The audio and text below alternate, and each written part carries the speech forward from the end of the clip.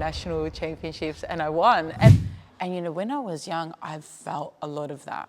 And I was like, oh my God, they're watching me. Like, you know, this is really scary. You could try a spinning back kick. So from here, just back kick. Like, I'm gonna put my heart on the line here. That's not me, that's not who I am, never has been. You know, maybe you made some mistakes but how can we correct that? Today we're here with Stacey. Stacey is a two-time Olympian. Stacey, how are you? I'm well, thank you. Stacey's allowed us to come into her training facility. Stacey, Olympic is, your sport is taekwondo. Yep. And Stacey and I went to primary school together. So We've known each other for quite a while now. And I think this would be a great episode because it's a little bit different to the other 30 and 30 series where Stacey promotes her personal brand. So Stacey, tell us a little bit about just taekwondo, like how you got into it, everything like that. So I started taekwondo when I was 4 years old, and I think one of my core things about like primary school, I'm so glad you actually mentioned that, because everybody in primary school would come up and be like, oh yeah, like, you know, everybody knew you did taekwondo. And it wasn't until I went to someone's like birthday, I think I was in like year 3 and I won my first nationals or something. Oh, year 3 or year 4. Yeah, won my first nationals. And it was another dad who I told at their birthday, like at his daughter's birthday, that, oh yeah, I had my national championships and I won. And I'm literally eating like one of those cocoa, you know, what are they? Little crisp pop things. Yeah, I'm eating one of those, just trying to enjoy my little cocoa thing. And then the following Monday, because we always had assemblies, and so all of a sudden I heard my name on the assembly, like being called out that I had won this big award. And I had like just probably walked in through the gates, probably running late, and had no idea, being like, what the hell is it, you know, calling me up for? And I remember it was the sporting, or I don't know if it was this, I can't even remember, it was the sporting teacher, and he was like, Mr. Hero? Yeah, Mr. Hero. I think it was Mr. Hero, where he was like, all right, Stacey, like you had this big, you know, competition in taekwondo. And I was like, oh yeah, like, yeah, I won my national championships, and everybody started clapping me. And I was like, how the hell did he find out? And then, you know, soon I found out I was one of the parents. And then I think from then on, yeah, all the students just knew that I was doing taekwondo. And I would actually, like, at some points throughout primary school as well, especially when we were young, I had other students always want to come and watch. Oh, yeah. So I used to like bring them in and watch, and some of them started taekwondo, whether they started like a session or something. And most of the time, like, you know, they either liked it or don't like it, and then they go, or they come for like the games and then they go, or they come do their black belt and then go. Like, there's all sorts of things. So you got into it. Were you kind of like, did you make that decision at 4 that you wanted to start fighting people, or like you just fell into it? Well, you just go through the motions when you're a kid, and it's all about playing games and having fun, and then you're getting your belts and you're learning your patterns. And I didn't start sparring till a bit later. I think you don't start till like you're about 10. And then I didn't do my first competition, which was like Victorian State Champions, probably till like 10, 11, you know, get your black belt like 12 or something. And and then I was just sparring with, I think there was maybe like 2 or 3 other females, and the rest of them were all the males, and then they're all seniors. So all the males and females were all older.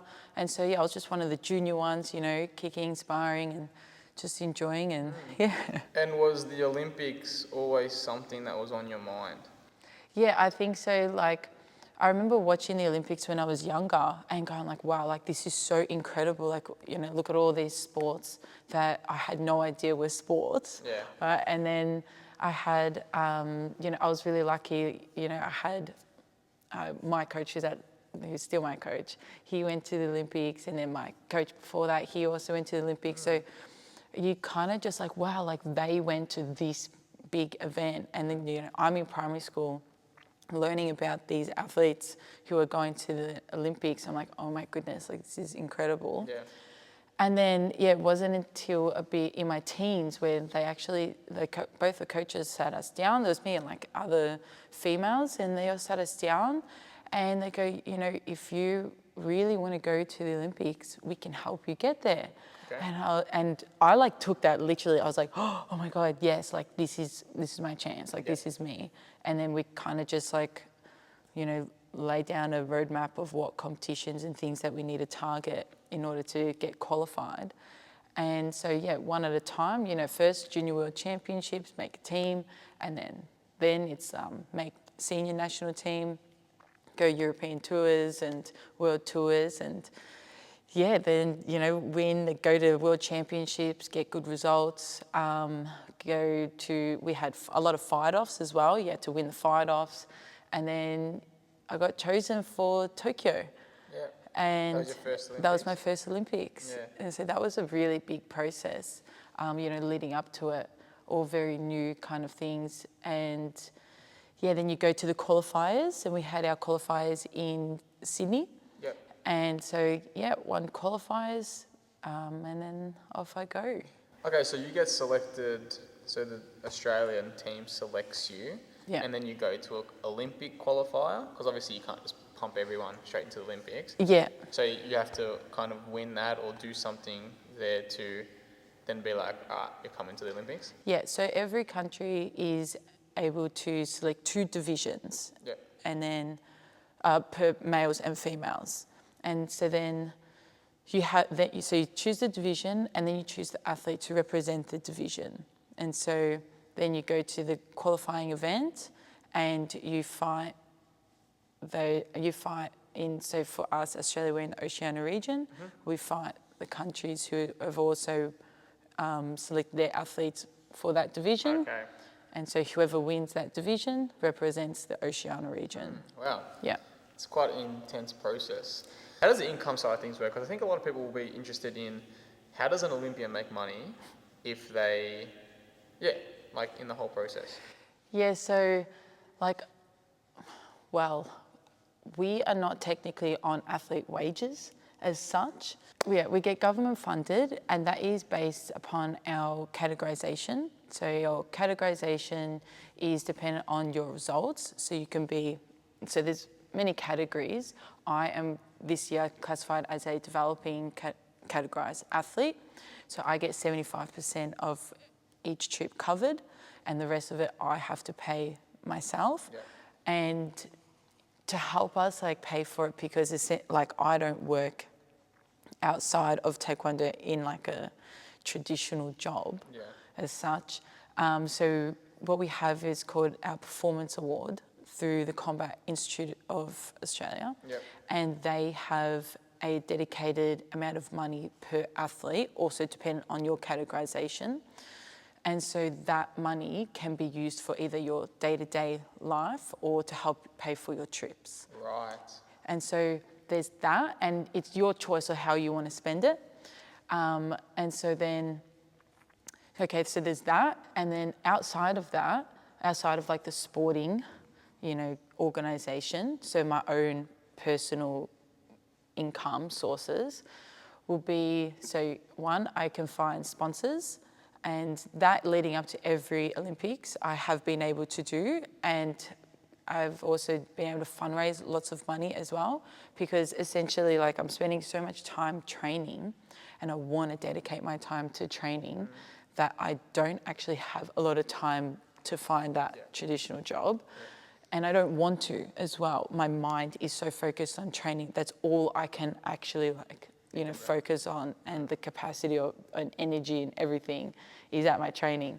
And so, fundraising a lot of money, finding sponsors has actually helped me so much, because leading up to the games is really important. You need all your, good fuel, good taping, good everything. And then after it, you actually have to rest and recover, and and then you use that money, it's all about paying for your food, paying for your petrol, your daily life expenses, but just so that you can actually just rest, process everything you've gone through, allow your body and your mind to relax. And that is really important, I think, after you've had such a massive lead up, because leading up to any Olympics is crazy. And so that's one thing. And then also I teach taekwondo, and then I do like PT work, individual one-on-one sessions with student athletes. Yep. And then aside from that, I do lots of speaking things. Yep. So yeah, speaking engagements, community engagements. I go to lots of schools. So leading up to every major event like the Olympics, the schools really want, those athletes. So yeah, we go out to lots and lots of schools. Yeah. What does your training look like? How many days when you're here? Okay, so Monday to Friday, I am here. This is my combat center. We are here. Yeah. And so then we go, and we have the Victorian Institute of Sport, which is right next door. We do our gym, strength and conditioning, and then we come in here and we do our taekwondo, sparring, technical, whatever it is, we're in here. Yeah. So this week, 2-hour sessions. Monday apparently was a 3-hour session, and no wonder why I died at the end, because I realised 3 hours of hard training. Of course. But yeah, you just do that every week, day in, day out, and then it's recovery. Today I was just using normal tech boots, and then one of the zips blew up, so it was just life. So you're mainly here Monday to Friday. So you're training, you're trying to bring in income sources, Yeah. You're preparing for Olympics and all that. Yeah. We're actually going to start stretching because we have some training I'm going to get put through. So take us through a couple of your stretches. I'll keep asking the questions and then we'll keep going. All right. Okay. Just copy whatever I do. All right, that's sweet. Going into Olympics would be a big mental game. Before sleeping on the mat, what's going on in your brain? How do you do that?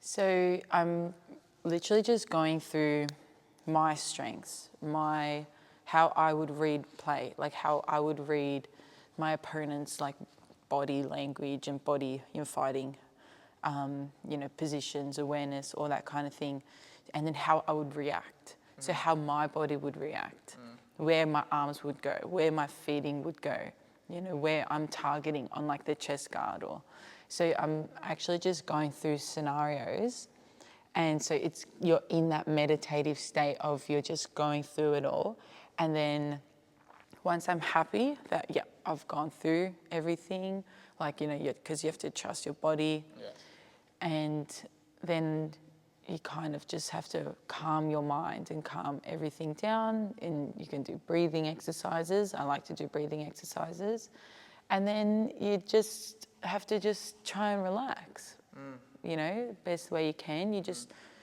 try, relax, have a good sleep, we'll change legs. Kind of trust everything that you've learnt. And that's it. You just tell yourself, like, I trust myself, I trust my coaches, I trust my training. I've done everything I can to get here and get to where I need. My body's in good shape. And it's just about believing in yourself.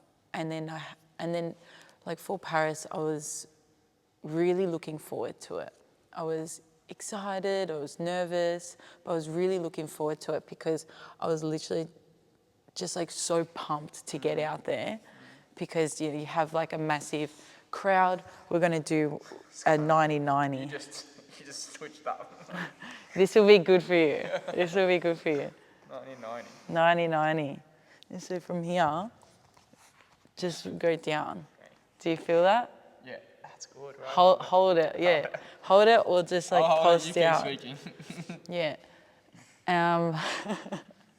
Deep concentration. This is good for you. And so then when I went out to go and compete, my coach literally told me, he goes, make sure you look for your family, because this is going to be one of the most memorable parts about the whole trip. And it really was, because as soon as you walk out, I saw my mum, my sister, Australian flag, just so iconic in itself. And they were just screaming the house down, and it was really enjoyable. And that's when I started to giggle and smile, because I was like, here we go. And, whilst I'm fighting, I could hear my sister yelling, this is your fight, this is yours. And I was like, fuck yeah, it is my fight. And I was just going for it. And, with my coaches, we worked out game strategy, we worked out, how to score on my opponent. And so we did, on the scheme of things, we did really well. So that's why I'm like happy. I can walk away happy, even though I'm bloody lost. But that's okay. Yeah. You know, overall, I'm happy because of all the things that we did beforehand. It's that prep work to be able to be in the moment and do the work and feel somewhat, comfortable in, under a high pressure environment. Yeah. So you did obviously just share, like unfortunately you did, not unfortunately, like a lot would have been learnt from, but you didn't make it through. Yeah. How's that kind of mental battle? Like, it sounds like you're obviously really satisfied with how far you've come, which is fantastic. Does it? No one wants to lose. No one ever wants to lose. So, how do you go through those emotions? Yeah, so losing sucks. Like, I hate losing, but I've lost many times, and that is just the way sport is. Yeah. And with taekwondo, it's one of those sports that you can lose first fight, you can lose second fight, you can lose third fight, you can go make it into the finals, lose. There's so many moments of where you could like self-doubt and things like that. But it's a matter of like you have to go in there with that mindset of like, I'm going to win this, I'm going to win this. Yeah. And that's why it is really heartbreaking when you do lose, especially when you put so much work in beforehand. You believe in yourself, like you truly believe in yourself. And then when you get out there and you don't get the result you wanted. So for me, it actually takes me like a whole week to process a massive loss. So like for like a world championships, like I'm like devastated because I haven't come out with a world championship medal or, something that you want to achieve, whatever round it is that you want to get to and you don't achieve it. And so, going through the process and in yourself because you're down straight away. You're reflecting about your performance. You're thinking about all the things that maybe you should have done. And then you think like, how could I have prepared better or done something different? And then you just kind of then have to start reminding yourself like, yes, you are a good fighter. You are a smart fighter. Maybe you made some mistakes but how can we correct that? And so, day by day, you get better at processing it, and then until you actually just have to get back on the mats. Really, you have to start moving your body again. And for me, after losing the World Championships last year, I was really devastated. And it wasn't until we started moving around to inspiring with another country where I was like, wow, like this is why I love it, because I'm sparring against other, really good athletes and I'm enjoying it and I love it. It's like a physical chess game, like, one kick's here, you kick here, one kick's there, you kick there, and you're playing. Like my favorite thing is play sparring.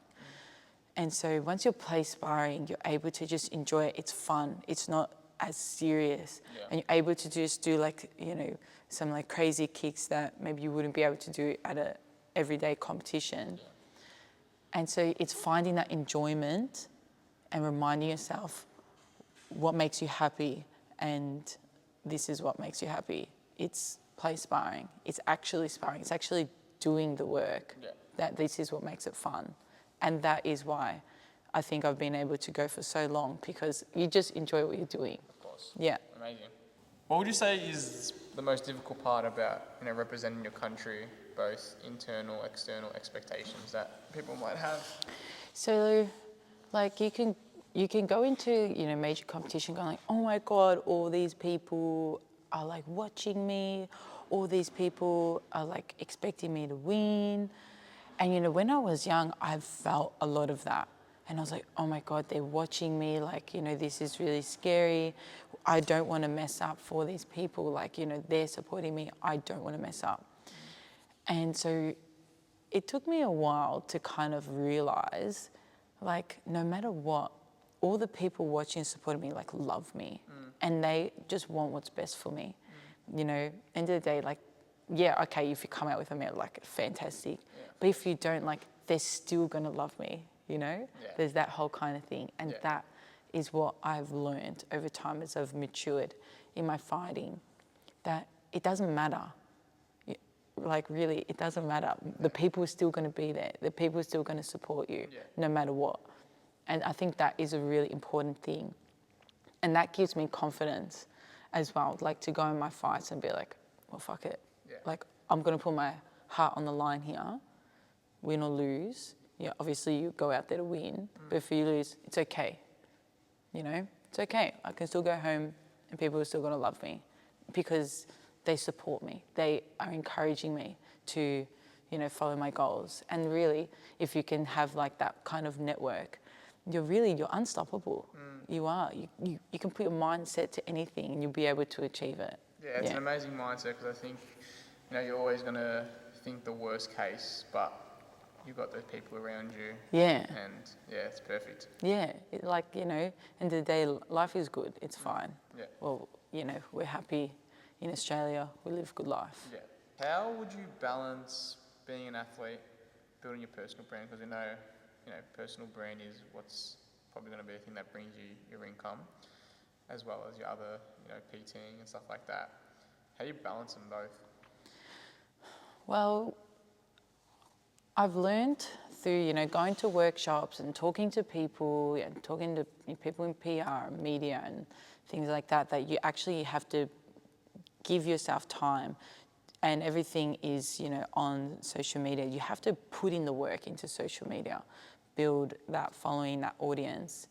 And so you have to, like for me, it was never comfortable to be able to film things and film my training. Still now I'm like, oh man, I got to film my training or do something like but you have to kind of get over it and you have to do it because that's how you get traction. Yeah.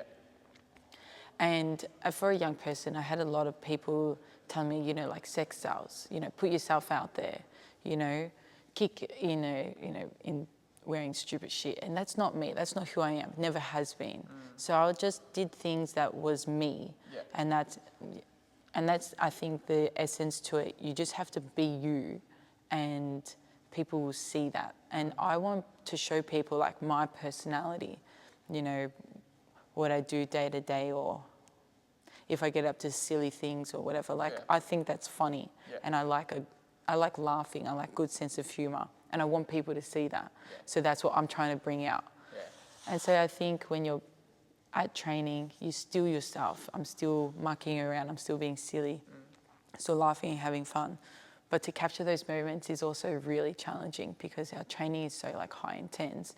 You're focusing and you're trying to get the most out of it. You're not worried about filming everything. So it's hard. It's hard to actually balance that out because you want people to see what you're doing, but it's like I need to be concentrating at training as well. So when you're at home, that's when you can, you know, put that time and work into it. And I think it's definitely paid off over time because I have been able to build my own personal brand. I'm able to approach businesses and say like, hey, like this is me, and they'll be like, yeah, like let's go. Yeah. And yeah, like, you know, you just, I don't know. You just do it. You just do it. Yeah.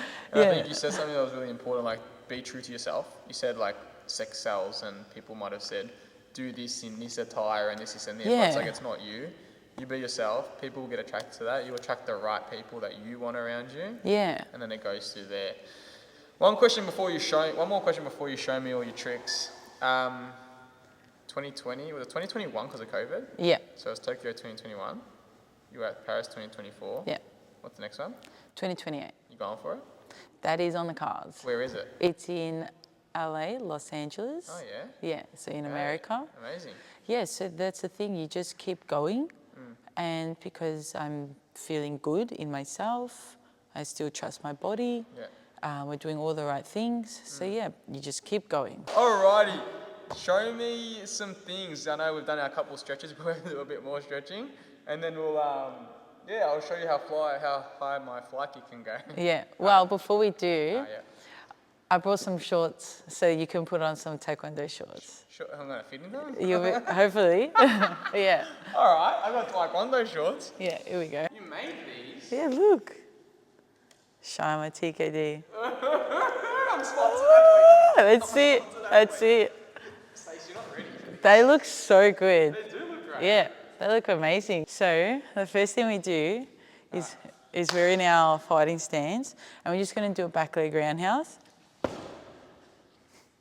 But you're pivoting, yeah, and you're kicking with a flat part. So you're moving your hips and driving your knee to kick it. All right, done.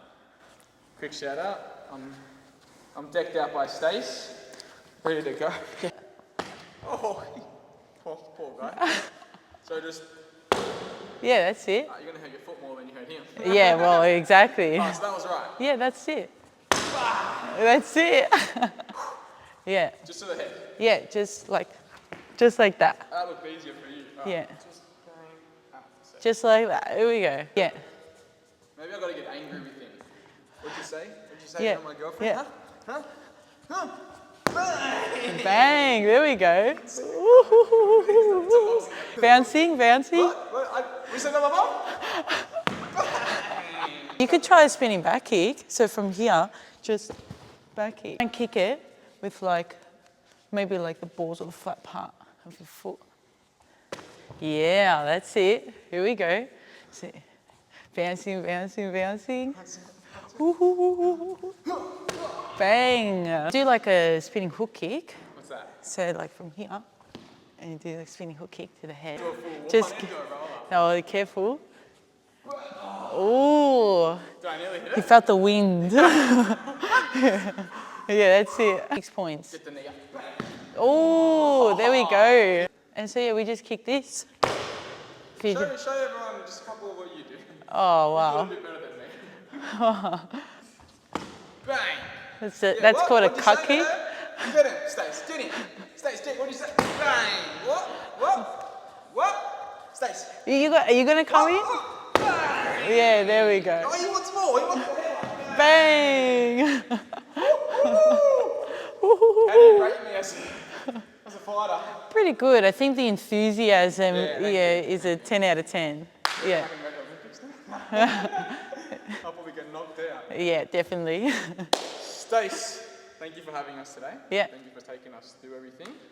It's amazing to hear your story, what you do, and yeah, thank you again. Thank you. Done. If you found this valuable, be sure to follow along for the remainder of our 30 in 30 series. And if you want to support Stace, check out our details below.